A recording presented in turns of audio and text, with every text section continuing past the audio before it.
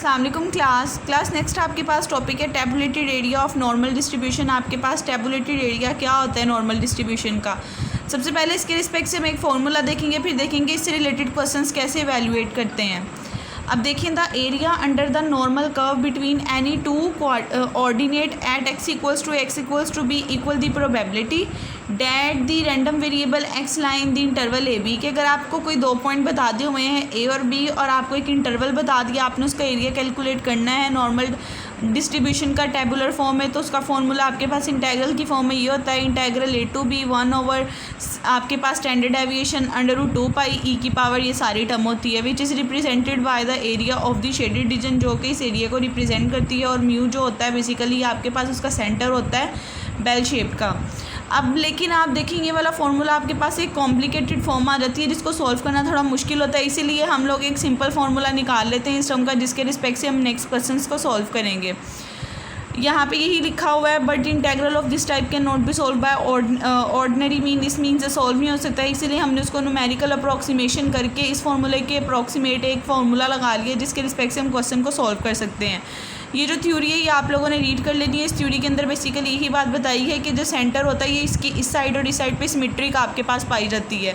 अगर आपको कोई चीज़ का है नेगेटिव फॉर्म में कैलकुलेट करें तो एरिया कभी भी नेगेटिव नहीं होता। आप क्या करते हो, उसका पॉजिटिव फॉर्म का कैलकुलेट कर लेते हो और फॉर्म का कैलकुलेट करके बता देते हो कि आपके पास जो इसका एरिया वही इसका एरिया आएगा, क्योंकि एरिया कभी नेगेटिव नहीं होता, इसलिए नेगेटिव वाली साइड के लिए भी प्लस वाली साइड का यूज़ करके आप बता सकते हो। नेक्स्ट देखिए, आपके पास इसके फॉर्मूला इस लिखे हुए हैं टू फाइंड। देखिए, अगर आपको क्या है प्रोबेबिलिटी ए टू बी के बिटवीन फाइंड आउट करें, इंटरवल बता दिया और एक्स को चेंज करना है आपने जी ट्रांसफॉर्मेशन के अंदर, तो आपका फॉर्मूला कुछ ये होगा, a minus mu over sigma less than equals to x minus mu over sigma less than equals to B minus mu over sigma. Basically आपने ए बी और एक्स को यहाँ पे एक्स की फॉर्म से जी ट्रांसफॉर्मेशन में चेंज किया, और जी का फॉर्मूला हमें पता है हमारे पास x minus mu over del होता है, इसलिए हाथ से हमने ए और बी को भी कन्वर्ट करके इस फॉर्म में कन्वर्ट कर दिया है। ये जी की वैल्यू आ जाएगी और ये फॉर्म आ जाएंगी। ये आपके पास तब फॉर्मूला है जब आपको कहा जाएगा कि आपने इसे जी ट्रांसफॉर्मेशन की फॉर्म में चेंज करके सॉल्व करना है।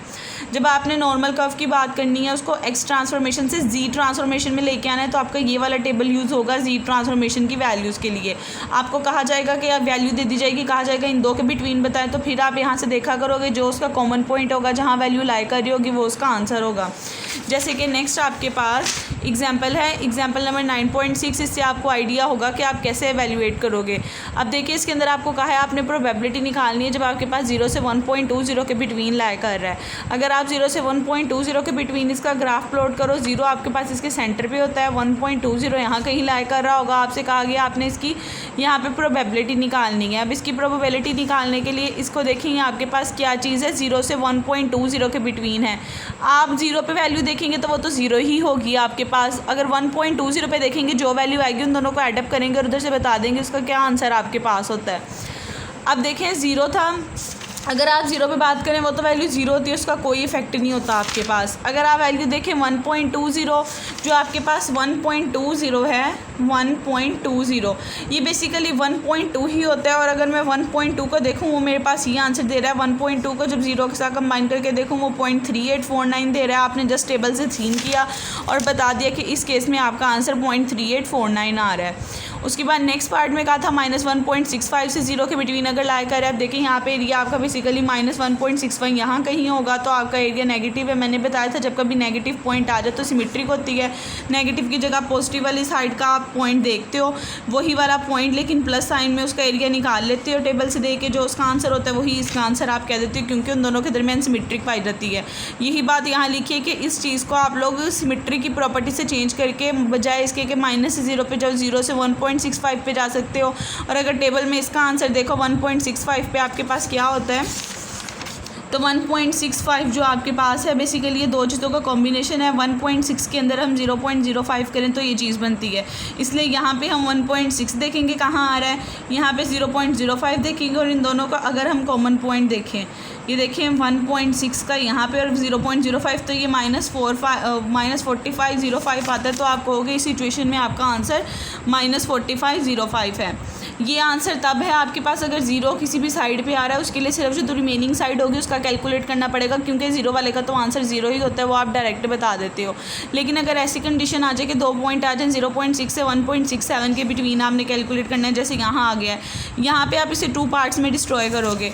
आप लोगों ने एक बात याद रखनी है, अगर आपसे कहा हुआ है कि x < b, आपने इस चीज़ को वैल्यूएट करना है, तो इसका फॉर्मूला ये आपके पास होता है कि आप एक दफ़ा यहाँ पे 0 से लेके बेसिकली इसको a तक जाओगे, b तक जाओगे, पहले b वाले का कैलकुलेट करोगे माइनस, फिर आप 0 से लेके ए वाले का कैलकुलेट करोगे। अगर मैं इंटरवल की फॉर्म में बात करूं, अगर आपको ए से बी के दरमियान कहा गया, आपने पहले प्रोबेबिलिटी ऑफ बी वाली निकालनी है, फिर प्रोबेबिलिटी ऑफ ए वाली निकालनी है, उन दोनों को सब्ट्रैक्ट कर देना है। यहाँ ए का रोल 0.06 प्ले कर रहा है, बी का रोल 1.67 प्ले कर रहा है। अगर मैं इसके ऊपर यही फॉर्मूला लगाऊंगी तो पहले मुझे 1.67 की कैलकुलेट करनी पड़ेगी, फिर 0.06 की। पहले मैं 1.6 की देखूंगी वैल्यू क्या आ रही है, उसकी जगह उसकी वैल्यू पुट कर दूंगी। 1.67 के लिए यहाँ पे 1.6 देखना पड़ेगा, यहाँ पे 0.07 देखना पड़ेगा, तो वो दोनों मिलके 1.67 बना देंगे और वो 0.4525 दे रहा होगा। इसी तरह टेबल में 0.6 देखना पड़ेगा, कहाँ आ रहा है 0.6, जहाँ आ रहा है वो 0.2257 है, उसकी जगह उसकी वैल्यू लगाएंगे, सब्ट्रैक्ट करेंगे, आंसर आ जाएगा। इसी तरह फिर यहाँ पे अभी दो चीज़ें आ रही हैं। अब देखिए यहाँ पे जो आपकी कंडीशन है, एक दफ़ा नेगेटिव के साथ है, प्लस के साथ है। जब दोनों प्लस में होंगी तो इस टाइप फॉर्मूला ओपन करना है, लेकिन अगर एक नेगेटिव में हो एक प्लस में हो तो नेगेटिव वाली पहले लिखनी है, प्लस वाली बाद में लिखनी है। और नेगेटिव वाली का मैंने आपको बताया था, नेगेटिव वाली के लिए उसको आप लोगों को प्लस में ही आप उसकी वैल्यू कन्वर्ट कर लेते हो, जैसे कि -1.30 है, बजाय इसके नेगेटिव में देखो प्लस में देखोगे 1.3 पे क्या आ रहा है, वही इसका आंसर लिख दोगे। इसका आंसर लिख दोगे, टेबल से देख के बता दोगे।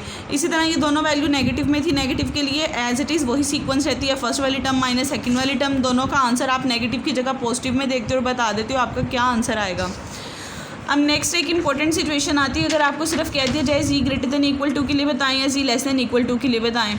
इसके लिए ये फार्मूला होता है, अगर आपको z <= के लिए बताएं तो देखें टोटल आपके पास 1 होता है, 1 आप 1 का हाफ करो तो आपके पास 1/2 बन जाता है, बेसिकली 0.5 होता है आपके पास।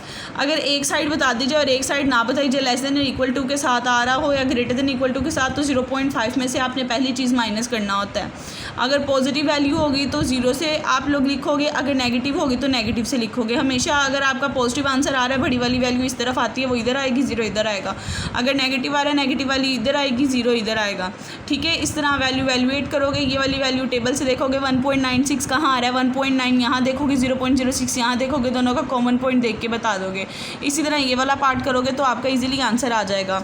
सिंपल आपको ये पता होना चाहिए कि आप लोग टेबल को सीन कैसे करते हो। तो क्लास आज मैंने आपके साथ यहाँ तक ही डिस्कस करना था, 9.6 एग्जाम्पल तक आप लोग आज का लेक्चर सुनिए। अगर किसी भी स्टेप में प्रॉब्लम है तो बताएं, फिर हम डिस्कस कर लेंगे।